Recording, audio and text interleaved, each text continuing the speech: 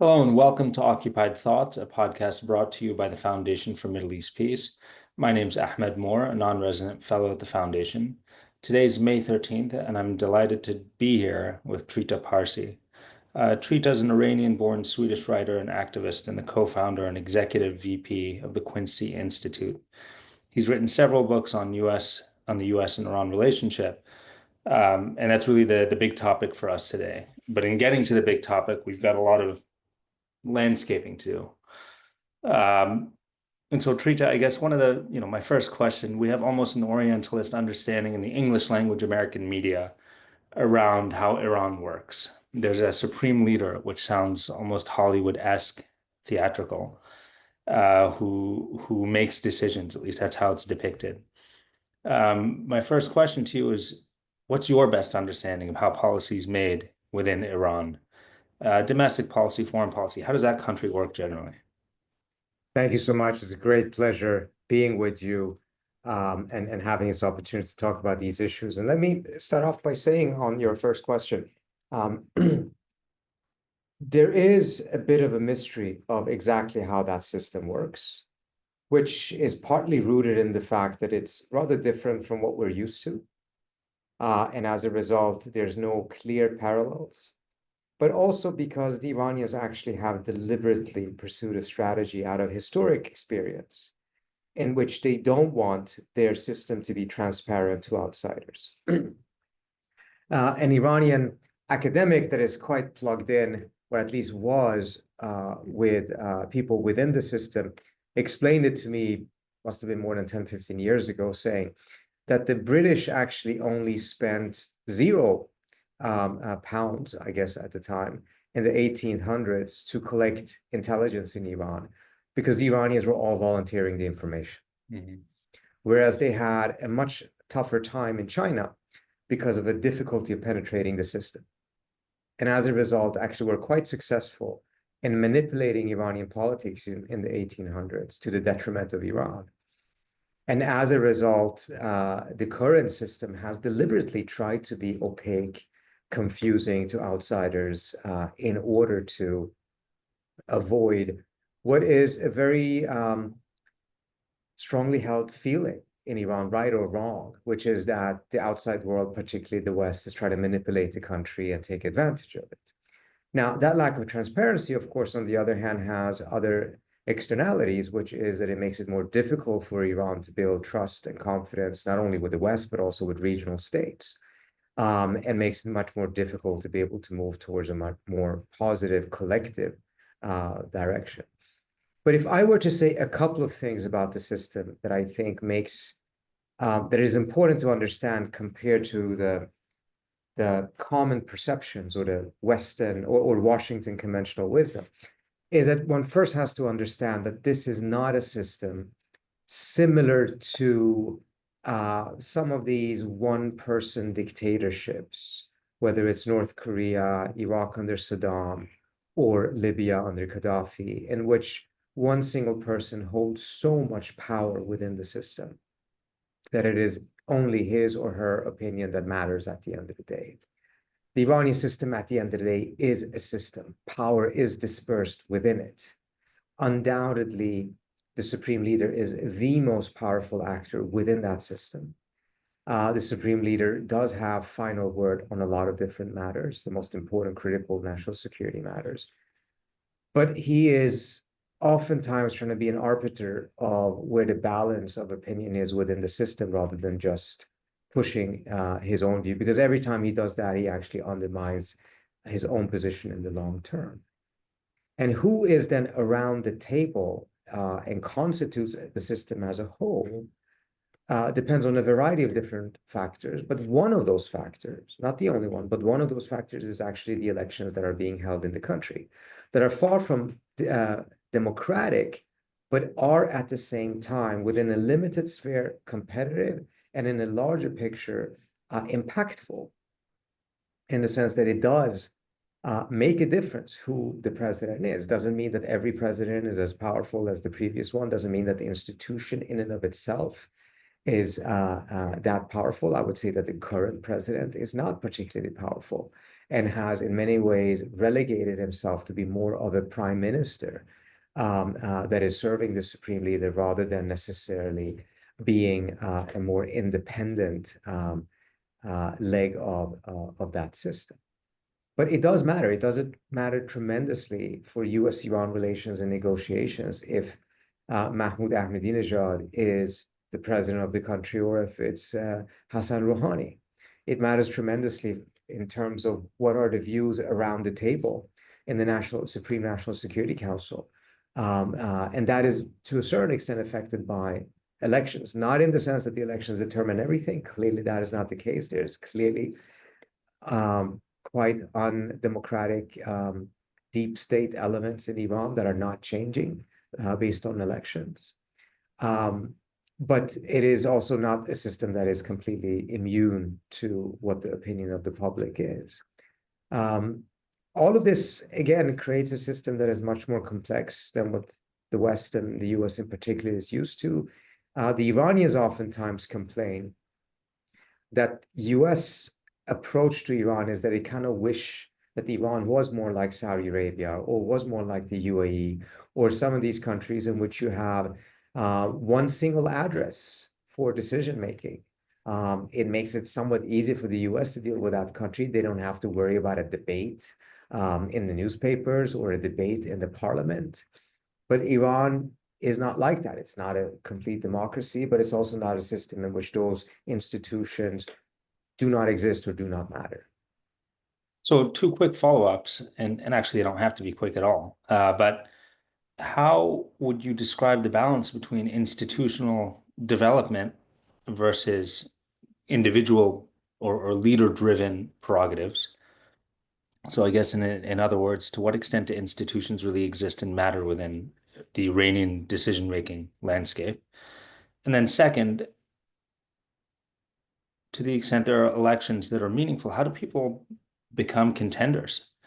You can have criticisms of the Democratic and Republican Party today. For a long time, if you had certain views on Israel, you were locked out of decision-making, electoral authority, I would argue. So how does one access, positions of power in Iran through elections? So on your first question, I think it is fair to say that institutions are much weaker in Iran and personalities matter much more than they do if we were to compare the system to what you have in Europe, for instance.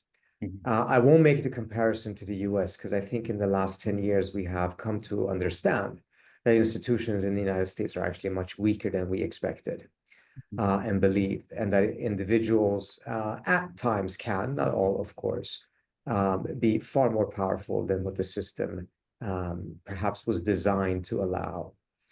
In Iran, institutions have never been particularly strong. Individuals tend to matter much, much more. But it does not mean that the institutions do not matter at all. Again, it's just a different balance. And it shifts tremendously. I mean, in many ways, both Rouhani and Ahmadinejad were very strong presidents. Ahmadinejad did things that no previous president had done. I mean, he sent, I believe, 2 letters directly to George Bush without running it by the Supreme Leader's office.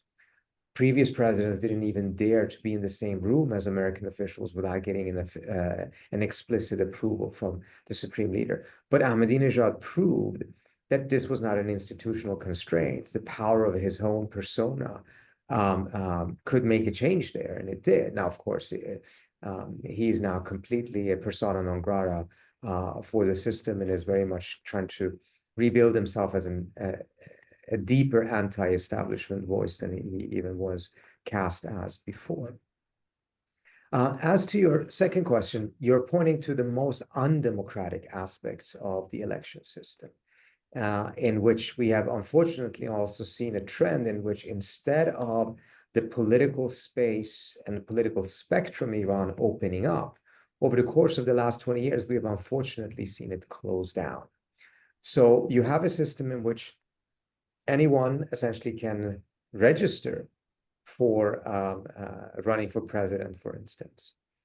But you have this body called the Guardian Council that vets all of the different candidates. And you have cases in which more than 1,000 people have thrown in their hat into the ring, and only 7 or 8 are actually allowed to run. And in the past, the rules were a little bit more unproblematic, I would say, in the sense that for the Guardian Council to disqualify someone, they had to give a public justification. That's not just changed. They do it even without a public or private justification. You have numerous cases of people who were sitting members of parliament who suddenly then were not allowed to run in the subsequent elections without any explanation of the Guardian Council. So this is, by all measures, the most undemocratic element within that system, which is also a key reason as to why enthusiasm for participating in the elections had dropped dramatically. I mean, in 1997, you had an election participation rate, if I remember correctly, roughly above 80%. I mean, these are unheard of numbers in the US, even in most of Western Europe. But in the last election, given that people have really, to a very large extent, given up on the idea that change can come through elections, you had, even in the second round of voting, less than 50% participation. This is the lowest that ever has been. And it's to a very large extent that people have lost faith in the belief that change can come through the ballot, change can come through reform, but also because they've seen that the Guardian Council is really manipulating the elections in a way that it goes beyond what is done before, because it only allowed for very specific people to be able to run in order to almost predetermine the outcome. In the previous election, not in this one that was held, but the one that actually got Raisi elected, the only reformist that was allowed to run was a very unknown figure who had a huge difficulty of, in just 3 weeks, get name recognition and everything else needed in order to be able to get people to come out and vote.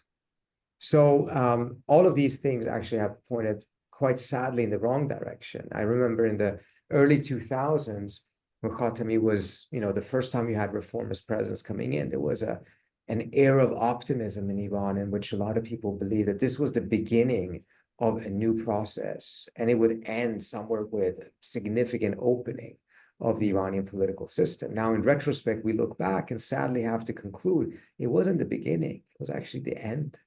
And so Quite a what are the lot. factors, sorry to interrupt, but what are the factors that drive these ebbs and flows and opening and I guess greater conservatism over time? Well, I mean, first of all, the hardliners in Iran have fought extremely undemocratically to keep their grip on power, and have been able to do so to the point in which, as I said before, people stopped thinking that actually change could come through the ballot. As long as they thought that there was a small chance of that, it was worth going and casting a vote. It was far less risky than going out in the streets and risking getting shot by protesting against the entire system. Although, of course, in the last couple of years, we've seen that at least young people to large numbers did that, but nowhere near the critical mass needed in order to be able to topple the regime. And also they suffered from all kinds of other weaknesses, including not having a leadership that could really channel the massive energy that existed in the society against the regime. But you have also other factors that come in here. And one of them is exactly what happens between the United States and Iran. A lot of people went out and voted in 2013 for Rouhani because they believed that there was a chance that he would be able to get a nuclear deal, that this would help lift the sanctions and open up the society. And Rouhani really put all of his eggs in that basket. I mean, the accusation against his very, very effective foreign minister, Jawad Zarif, was that he was not the foreign minister, he was the minister of the JCPOA, that all other issues essentially had been set aside. I think that obviously is an exaggeration, but I think it is fair to say that Rouhani really made a huge bet that if he could get a deal with the United States that would open up the economy, that would be the key to fixing so many other problems inside of Iran. And guess what happened? The United States pulled out of that deal. And it wasn't just that the US pulled out of the deal under Trump. What was perhaps more problematic is that when Biden chose not to go back into the deal, when he came in as president, he could have just through executive order gone back into the deal on day one. Then it became clear Trump wasn't the aberration. Obama was the aberration. And that the strategy of putting so much investment, so many of the eggs in the basket of making a deal with the US had really not paid off. This was an argument that was very aggressively used against the reformists afterwards to essentially say that these people were naive. There is no such thing as goodwill on the American side. They trusted the Americans. The United States pulled out of the deal. Biden didn't go back in. And because the reformers didn't have a plan B or a plan C, Iran was now put in a terrible, terrible economic and geopolitical situation. And this But then what's really, the alternative? well, let me finish the thought there. This really discredited the reformists in the eyes of a lot of people who didn't necessarily buy into what the conservatives were saying in general in terms of what their alternative is, but in the sense of discrediting the idea that A, reform actually can bring about change, B, that opening up to the US is the key for that. And this then shifted the country in a different direction.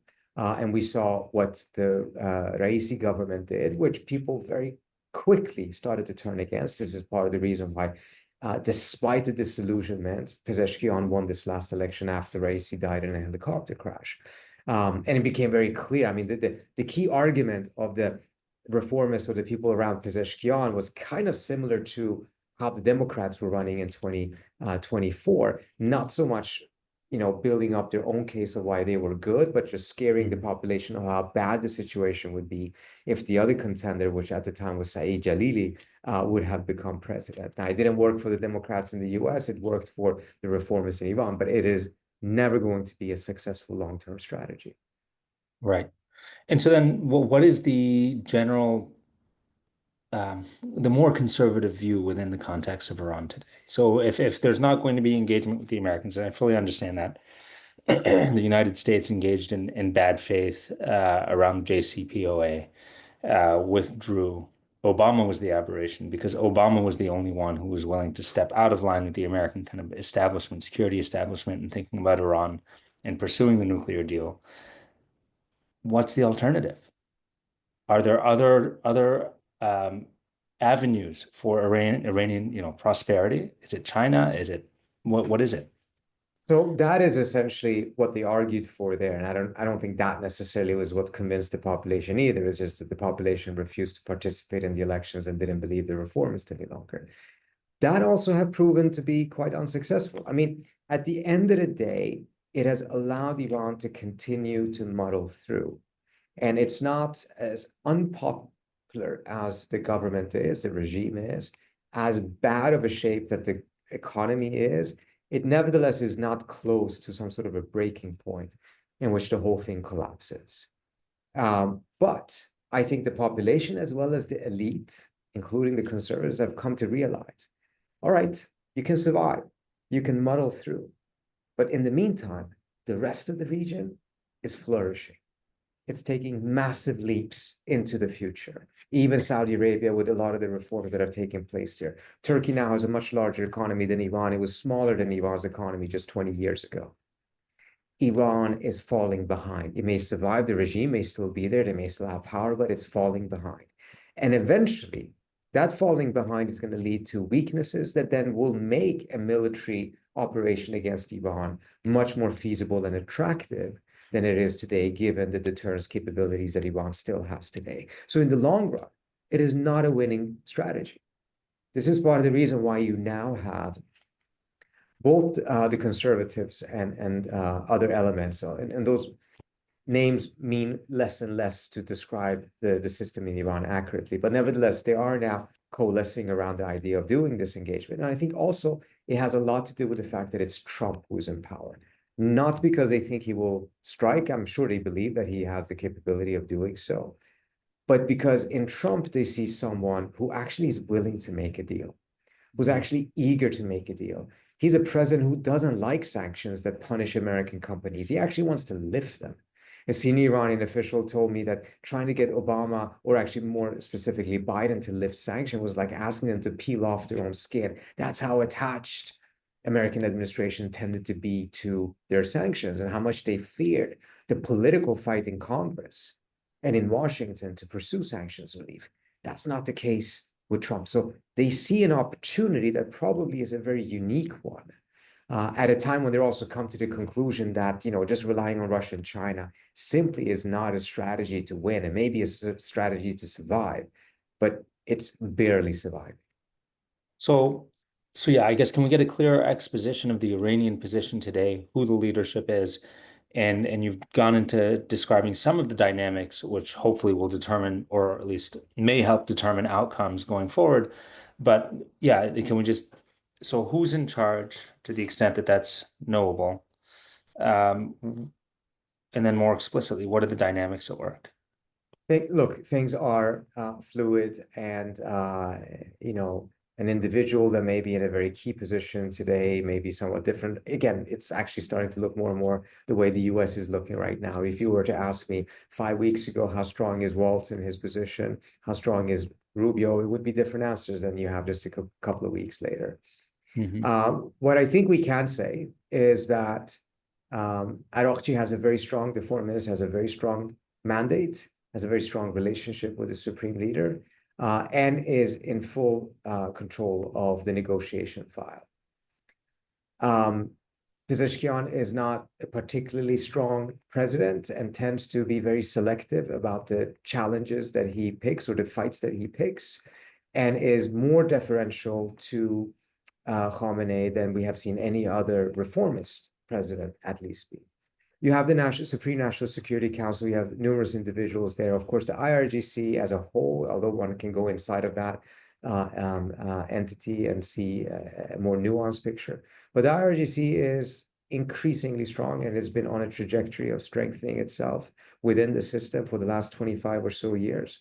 It will be interesting to see how the collapse of Syria, the loss of Syria for Iran, the weakening of Hezbollah will play out for the role of the IRGC going forward. I think they're still in a position right now, or Tehran's system is still in a position of actually assessing exactly what happened. But it will be interesting to see if that is something that actually will create some sort of an inflection point when it comes to the role and influence of the IRGC. Sure. And so I want to transition to my next question, which is really the broader region. We don't have to get into depth, but around each one of these states. But Iran sits in a constellation of countries that are more or less insurgent in terms of economic power. The reforming is, as you indicated, at least with Saudi Arabia. Turkey seems to be taking a more assertive role in the region as well. And so, can you describe the regional dynamic? Who are the major players and what are their relationships like? So we've seen a very significant shift in the region, and I would actually trace it back to, was it 2019 when the Iranians struck the Saudi oil fields, and the Saudis expected that the United States under Trump would come to their aid and actually go to war with Iran. And Trump essentially sent a message to the Saudis saying, this was not an attack on the United States. This was an attack on you. This is not our fight.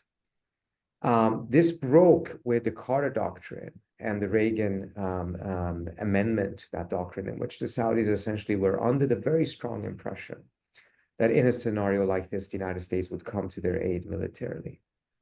This was then reinforced under Biden when the Houthis struck outside of Abu Dhabi. And Biden also did not go in the manner that the Emiratis expected. In fact, even the use of the Patriots, it took a while before the US was willing to offer it, and then they offered it with a price tag, infuriating the Emiratis. But it sent a very clear message.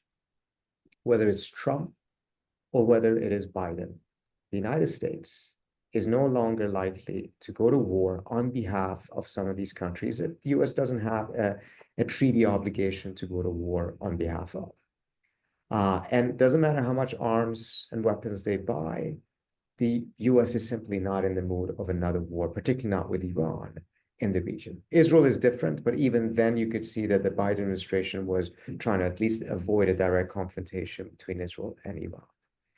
This, I think, then really fueled a rethinking in Abu Dhabi and Riyadh in terms of recognizing that if you cannot hide behind American power, then the region is very different. And the option of diplomacy suddenly starts looking much more attractive.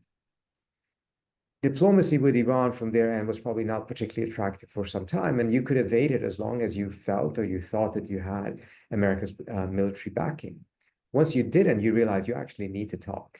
And that's when we saw the beginning of the diplomacy taking place between the Saudis and the Iranians, which then culminated in the deal that the Chinese helped shepherd in together with the Omanis and Iraqis at the time. And same thing with the Emiratis. And now you have a situation in which the Saudis are squarely against a confrontation between Iran and the United States over the nuclear issue and are in favor of some form of a deal, probably very different from a deal the Iranians wanted, but nevertheless, not the situation you had before, in which the Saudis, the Emiratis, and the Israelis were clearly against a nuclear deal between the United States and Iran. The Israelis are much, much more isolated as being essentially the only country that at least openly is opposed to this. I think within that shift, there's also been a larger cognitive shift. Up until 2015 or so, you would constantly hear Saudi officials in particular say Iran should stop meddling in Arab affairs. Didn't say Iran should stop meddling in the affairs of its neighbors. It said it should stop meddling in Arab affairs. And there was this conception that there is this Arab world in the Middle East, and Iran, Turkey, and Israel are outside of it. And Iran, despite the fact of having had very intertwined relations both with Lebanon and with Syria and with Iraq over the centuries, simply didn't have any legitimate interest in those countries by virtue of not being an Arab state. Morocco, who probably has far less intertwined history with Iraq, however, would have legitimate interests by virtue of being an Arab state. If you divide the region according to those type of ethnic lines, you're not going to end up with any form of inclusive collective security. You will essentially create more divisions and problems. I'm not hearing the Saudis making that argument any longer. That language seems to largely be gone.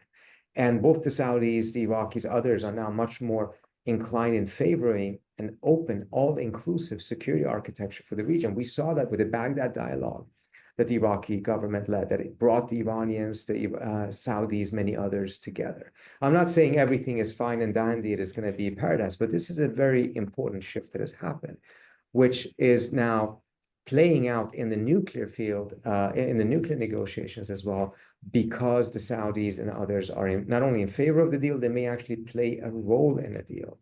And one of the interesting things that are happening here that is opposite of what's happening in Europe is that Europe built a lot of its security based on economic interdependence. The whole European project was based on the coal and steel union.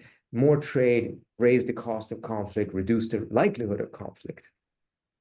Europe is completely walking away from that, as disentangling from Russia, sanctions, all of these things.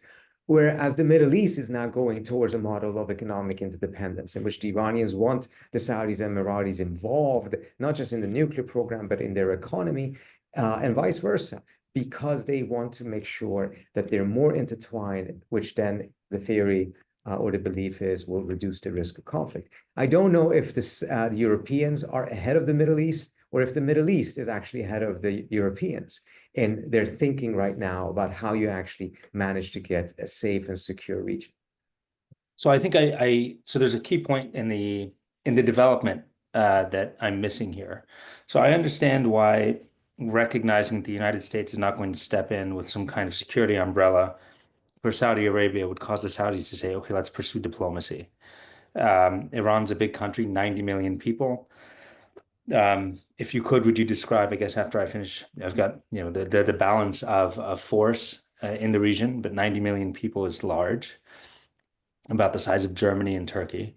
But how do you go from, okay, we need diplomacy to, okay, we don't want the United States to strike in 2025 to prevent a nuclear war. In fact, we want to pursue a peaceful resolution to the United States and Iran's conflict from a Saudi point of view. So is that the economic integration piece?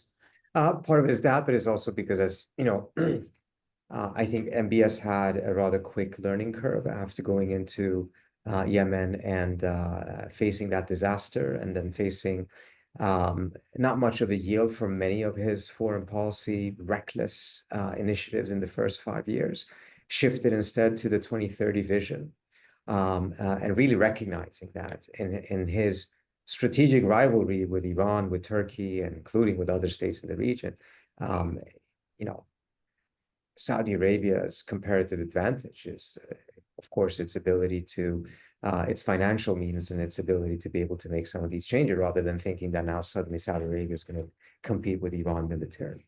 So you have that shift. That shift necessitates far greater degree of stability in the region than what Saudi Arabia had.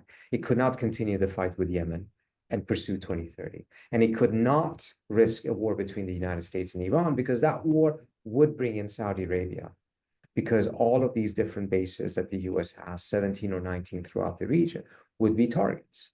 And it's become very clear the Iranians and the Houthis have the missile capabilities of penetrating almost all layers of air defenses, and pose a very significant risk. And as a result, this would be a disaster for Saudi Arabia, for the UAE, and others. And I don't know why really they thought that a war with Iran would be somewhat clean prior to some of these events. I remember when the Iranians shot down an American drone that had gone into a spy plane that had gone into Iranian airspace, but they shot it at an extremely high altitude. Both the US and the Emiratis and others were quite surprised by those capabilities. And it raised the question, what other capabilities do they have that has not been used yet? So the missile, for instance, that was used by the Houthis to strike Ben Gurion airport, most likely was provided to them by the Iranians, but it was not at the missiles the Iranians used to strike Israel on October 1st was not using those advanced missiles. So they have things that go beyond what they have used so far. And of course, they're withholding some of these things for strategic reasons. But the point being, the sense of security in case of a war is gone. If there is a war, everyone will suffer. And I think that has had a profound change in their thinking.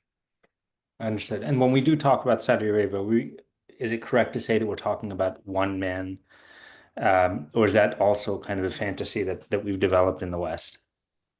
I'm not an expert on Saudi Arabia, so I would not be able to give you a good answer to that question. But I would be able to at least say this: it is much more of a one-man show than Iran has been since the Islamic Revolution. Prior to the revolution, Iran was undoubtedly a one-person man. It's actually one of the reasons for the fall of the Shah, because once he became incapacitated, he was suffering from depression and was indecisive, couldn't make decisions. The system was incapable of making decisions in his absence. And as a result, this was a key factor as to why the revolution succeeded. The Shah was paralyzed and no one else was allowed to make decisions. Iran today is very different. I'm not saying that Saudi Arabia is the way that Iran was under the Shah, but it certainly seems to have much more power concentrated in the hands of MBS, particularly given some of the early moves that he made, than what the Iranian system has in the hands of Khamenei. And so now to address the Israelis and bring that dimension into the picture, what's the basis for the antipathy between Iran and Israel? There's a whole lot of, digital ink printed about Iran-backed Houthis, Iran-backed Hezbollah, Iran-backed Hamas, and of course these are very different groups in some ways. What's the basis for Iran's security posture towards Israel? I think we have to take a step back and understand the nature of that relationship as a whole. And there is, of course, this perception that this is just ideologically driven. This is because the Iranians have this Islamic Republic and they're fanatical. And as a result, they just, hate the Zionist entity, as the Iranians call Israel.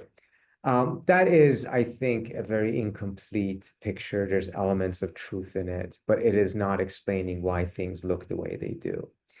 First of all, the Iranians and the Israelis actually established a very strong security relationship during the time of the Shah. They were essentially, by all accounts, de facto allies in the Middle East. And this emerged out of strategic necessity. Both of them faced very strong challenges. Both were anti-Soviet Union, the Shah more than the Israelis. And both of them faced what they perceived to be a threat from the Arab world, particularly strong Arab nationalist governments, Egypt under Nasser, Saddam, Iraq. And this brought these two countries closer together. From the Israeli standpoint, there was a deeper element of this because they had what they called the periphery doctrine, a belief that Israel simply would not be able to make real peace with its Arab neighborhood, and as a result needed to look for non-Arab, non-Muslim populations outside of the immediate circle. So they were looking for periphery powers, Iran, Ethiopia, Turkey, as allies to be able to balance the Arab vicinity. And they also had this almost ideological belief that the Iranians, the Persians, and the Jews were in the same seat in the region and had so much in common as a result strategically. The Shah's perspective was much less of that kind. He saw this as more expedient. There definitely was a strategic element to it. But once he was in a position of strength, he immediately vied to try to make peace with the Arab states, starting with Egypt under Sadat, and they grew very close. And then later on, the 1975 agreement, Algiers agreement between Iran and Iraq. And the Israelis were freaking out at the time. And they thought that, oh, we thought our relationship with Iran was strategic, but we now realize that from the Shah's perspective, it was much more expedient. And it was. And I wrote a book on this based on my dissertation. And in the interviews I did with the Shah's officials at the time, it was very interesting. They said, look, we had some strategic benefit from having a relationship with the Israelis, but once we had the opportunity to actually make peace with some of the Arab states, we were not going to have enmity with the Arabs in order to have friendship with Israel. Meaning that the Israelis assumed that the depth of Arab-Iranian enmity was as deep as Israel's enmity with the Arabs, and as a result, things were stable. But whereas from the Shah's perspective, he wanted to make peace with the Arabs, and if that came at the expense of the strategic relationship with Israel, then so be it. It was more important for him to make peace. Now, he didn't go the full distance on this, but you could see it from particularly after 1973, more and more, the Shah was moving in that direction. But then you have the revolution. Mm-hmm. The Islamic elements there take over, and there is this belief that that's where the beginning of this enmity begins between Israel and Iran. Whereas in reality, the strategic factors that brought the two together actually strengthened.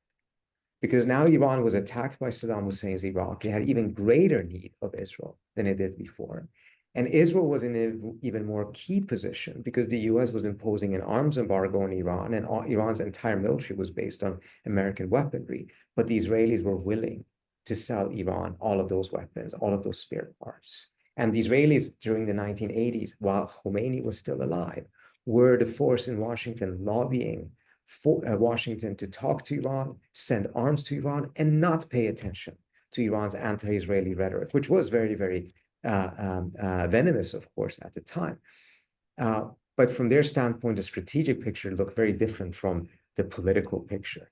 The political picture from the regime side at the time was, on the one hand, they needed Israel. They didn't like it, but they needed it because they were at war.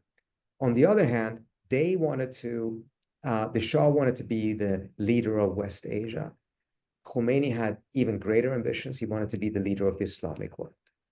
But how could Iran, a non-Arab state, be the leader of the Muslim world if the Palestinian issue, which was the most important issue that animated the public at the time, was defined as an Arab issue rather than an Islamic issue?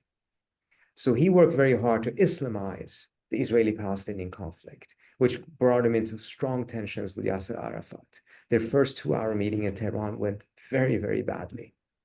Arafat, who of course was this massive figure on the international stage, came there and was essentially lectured by Khomeini, who had only just recently become a major figure, um, uh, uh, criticizing him for making the Palestinian nation Arab cause. So they wanted to take it in that direction in order to give Iran itself a leadership position in that cause. And we've seen that play out over the course of the last 40 years. At times they tone it down, at times they tone it up, but nevertheless, that has been their entry point. And this has deeper importance for the Iranians because the Iranians are Persians, majority Shia, very different from the rest of the region. How do you actually vie for leadership if you are so different on so many different these categories?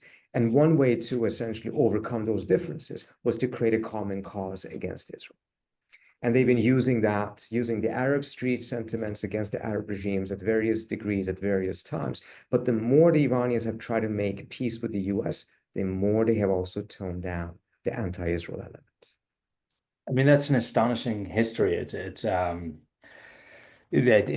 sounds almost like the strategic deployment of the Palestinian issue in order to enhance the regional and then eventually global influence of a regime. I mean, is that Absolutely. I think that's absolutely correct. The Iranians have used the Palestinian issue just like every other government in the region have used it in various ways. Now, the Iranians have at the same time provided other forms of support and aid. I mean, the building up of Hezbollah and many other things, but it's not out of charity for the Palestinians. It's because of their own geostrategic aims. Having said that, I do believe that there is strong sympathy, amongst the population that may have changed as of recent. Not in the sense that, I mean, some Western diplomats who spend most of their time just in Tehran are saying that Israel is popular in Iran. I've not seen any real evidence for that. But also, I think there's something else we need to remember. During the time of the Shah, you could not criticize the Shah. So criticizing Israel became a bit of a proxy of criticizing the Shah. So you had a lot of anti-Israeli sentiments amongst the population that at the time was not particularly well versed on what actually was happening in Israel-Palestine. But it was like the appropriate, approved way of criticizing the Shah. I think we may be in a reverse situation right now, in which it may be either anti-Palestinian sentiments or pro-Israeli sentiments that have nothing to do with Israel and Palestine, but has much more to do of how do you criticize the regime. Because of its immense unpopularity. And of course, there are arguments and beliefs amongst the population that Iran has wasted Iran's own resources and wealth on Syria, on Hezbollah, on Israel-Palestine. There is a degree of truth to that. I think there's also a degree of exaggeration because I think there's exaggerated beliefs of how much money actually has been spent. But nevertheless, all of those things factor into all of this as well. I have to say, I mean, those words, pro-Israel sentiment in Iran comes as shock to me. Yeah. You just hinted at the answer there or additional clarity, but can you provide the context here? I mean, is there a sense that the regime has wasted precious resources in support of a lost cause, in effect? I think for a lot of people in the population, they feel a bit of distance from the Israeli-Palestinian conflict. And seeing how central it has been to the regime, it is easy to think that this is the regime unnecessarily entangling itself in conflicts far away that actually bring about far more negativity for Iran, sanctions from the US, international isolation, et cetera, et cetera. And these are not uncommon views, but there's just various degrees of it. But going from there to say that now there's pro-Israel sentiment, et cetera, I think is a huge leap. And I think a lot of diplomats who are coming back and saying this, in my view, are either misreading the larger picture or taking small examples and making them much bigger than they actually are. There has been consistent opinion polls in Iran, and they've shown overwhelming sympathy with the Palestinian cause, combined with an overwhelming sense Iran should not be that involved in that conflict. And a belief that the Iranian regime, the current Iranian regime, has made itself a frontline state in that battle in a way that has detrimentally affected Iran in general. Understood. And so to summarize, because I have a question about what's happening now, but to summarize, we've got a dynamic leadership, a position which is probably changing given the fact that Trump is president today. Um, some war exhaustion, a feeling that relying on Russia and China won't allow Iran to flourish, as at the same time, regional, um, historically competitive states seem to be flourishing. And so, where does that lead us today? This idea that, or rather, this reporting that, Trump is on the verge of negotiating a new settlement with Iran. What is that? I mean, is that accurate? Are those the dynamics, the variables which are leading to that outcome? Sorry, I missed part of the early premises of the question. Could you repeat that? Yeah, so I was trying to summarize some of the dynamics which may be shaping an outcome Mm. today. So one is that relying on China and Russia to sustain economic growth is not a winning path. Two, regional competitors are beginning to flourish in ways that Iran has not. And then finally, domestic sentiment that maybe we've expended too many resources on Lebanon, on Palestine, and we need to retrench and focus on domestic Iranian needs. Are those the factors which are shaping I think engagement? those are all factors. I would just add what I think is one of the biggest factors is they recognize that in Trump they have someone that actually wants to make a deal. And I understand if you're not following US-Iran, that sounds like a small statement, but it actually is an absolutely massive difference between him and previous presidents. Biden really didn't want to make a deal with Iran. For most American presidents, a deal with Iran is something you do out of absolute strategic necessity when you have exhausted all other things. The domestic political cost of it is viewed to be very, very high. Obama was different, but he didn't want to go all the way. He wanted to make sure that he didn't have to go to war with Iran over the nuclear issue. I think he had some hope that it could bring in a new era, but was very careful, did not want to go and say the kind of things that Trump is saying, I want to make Iran a great country and wants to go and visit and all of these different things. They see here something that has been missing in the US-Iran picture for the last 40 years, which is a president in the United States that has the political will to go through with something that is a monumental change. We have 40 years of institutionalized enmity between the United States and Iran. I mean, you make a career in the US political system and in the Iranian political system by thinking through new ways of being nasty to the other side. You don't make a career by arguing for diplomacy and things of that nature. So you have these two institutions on both sides that are just institutionalizing this enmity and making it more and more difficult to break it. And it's not that opportunities hasn't existed. The question has been, does the opportunity match the political will of the American president, combined with having at the same time a similar situation in Iran with a similar president in Iran or similar system in Iran that is also willing to muster that political will? This is the first time you have a president in the United States that is eager to make a deal, that cherishes the idea of going to North Korea, going to Iran, shaking the hand, ending an enmity. We just simply have not had that. And I think the Iranians are recognizing it, and they're recognizing that he also wants to lift primary sanctions, which means that there's much more that can be put on the table than otherwise would be the case. To me, that is the biggest differentiator compared to what we've had in the past. But those other factors are also very important. Got it. And how much of there's this whole idea of deal making when people talk about Trump, and it's almost a joke that he's a transactional person who's very commercially oriented. Um, At the same time, Iran has been suffering for a long time, closed economy, 90 million people. Is there a low-hanging fruit here in terms of economic inducement or an invitation to American companies? There is. I mean, it sounds astonishing, but reality is this is the biggest untapped economy that would be opening up since the fall of the Soviet Union and Russia. The opportunities for the United States are immense. There is an eagerness on the Iranian side in the business community. There is a strategic realization in the system that they cannot put all of their eggs in the Chinese and the Russian basket.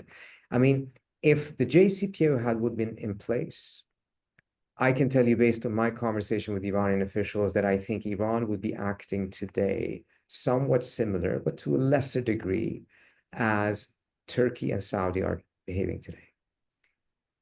Two of the states that before others, earlier than others, have discovered their capacity as a middle power to play all sides against each other in order to advance their own interest. Who are attached to one side, but are nevertheless willing to play all sides. The Iranians would be different because they would be more attached to the Chinese and the Russian side, but would be willing to play. That is not happening now because Iran is too weak and too dependent on one side. But my point being is that is the strategic direction they wanted to go, and they can't because of the collapse of the JCPOA, et cetera. Getting a deal now may put them on a trajectory in which they may be able to, at some point, actualize some elements of that goal. But if you take a look at it, Iran could easily have been in the position of playing the same type of a rising middle power as Turkey and Saudi Arabia has been, and perhaps even more so than they have been. But the geopolitical situation, to a large part because of how the Iranians themselves play their cards, have made that an impossibility. Right. So does Iran want a nuclear bomb? Is there a reason Iran should want a nuclear bomb? You see Steve Witkoff saying, I take take my counterparts at their word. They say they don't want a bomb. From a geostrategic point of view, does that make sense?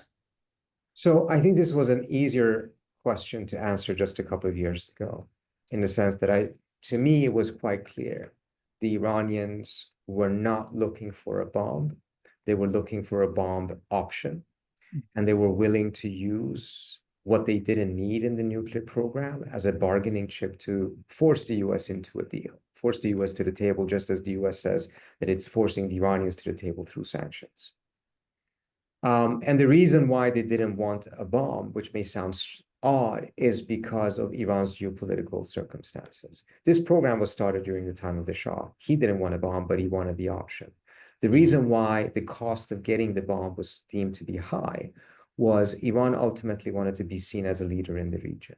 But if Iran went nuclear and the perception of threat from Iran to regional Arab states became too high, it could fuel an arms race in the region, and other states could pursue the weapon as well.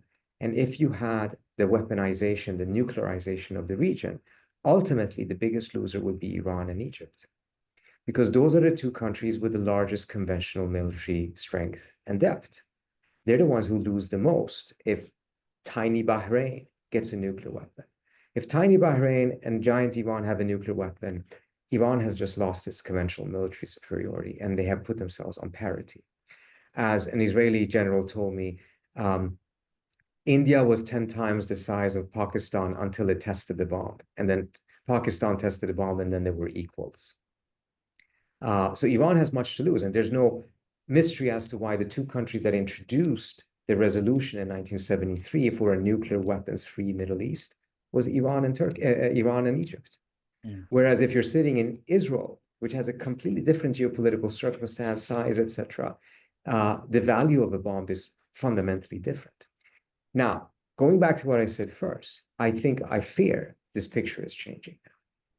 Because the Shah wanted the option. So in case his circumstances change, he would be able to move towards a bomb. And the question is, have the circumstances now changed? I fear to a certain extent they have. The debate in Iran has become very different. And more voices are expressing an openness to going for a bomb instead of going for a deal. And the reason, to a large extent, is A, Israel struck Iran twice. So now they've been attacked by a nuclear power. Secondly, and I think this is the biggest factor, I think everyone in the region underestimated how far the United States was willing to go and given Israel a complete free hand to do whatever it wanted in the region. I think this has changed a lot of strategic calculations in the region, recognizing that the US, at least under Biden, could not be counted on as being at least a modicum of reasonable restrictions on Israel. This changes the picture. And just to understand, you now have conversations in Sweden, in Poland, and in Germany that perhaps they need to go for a nuclear weapon. Why? Because of Russia's invasion of Ukraine, a different country, not their own country, and because of the feeling that they're losing America's nuclear umbrella. Well, if those countries can have a shift in their thinking, which I hope doesn't materialize, we shouldn't be surprised if that is also happening in Iran to a certain extent. And I think part of the reason why you are also seeing these negotiations now is that those who still believe Iran should not have it, should have the option, but not have the bomb, and who should use what they had in the program to actually strike a deal with the US and get out of their economic isolation, this may be their last chance to pursue that strategy before the debate tilts in the opposite direction. Right.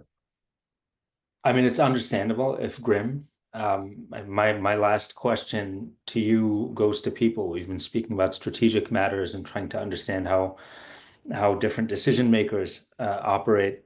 But what's the experience of an ordinary Iranian citizen today? Does does um, does the middle class really exist in Iran? Can that person travel?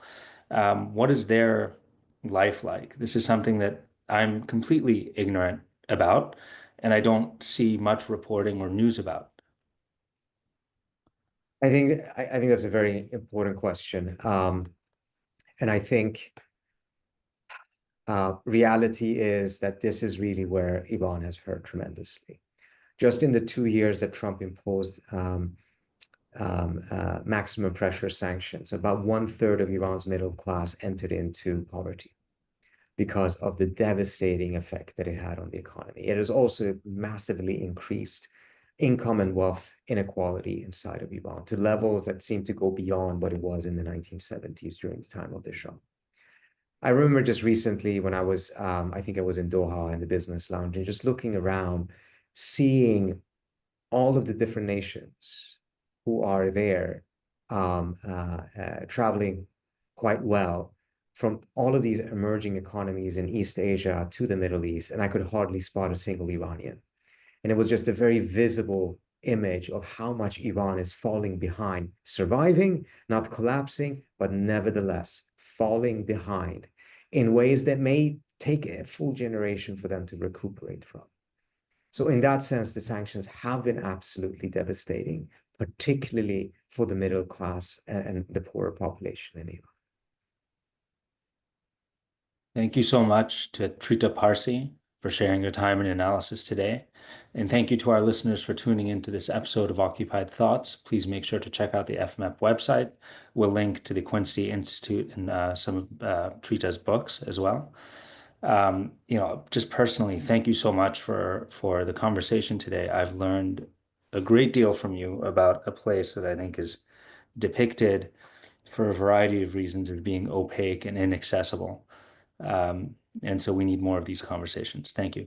Thank you so much for having me. I really appreciate it. Thank you.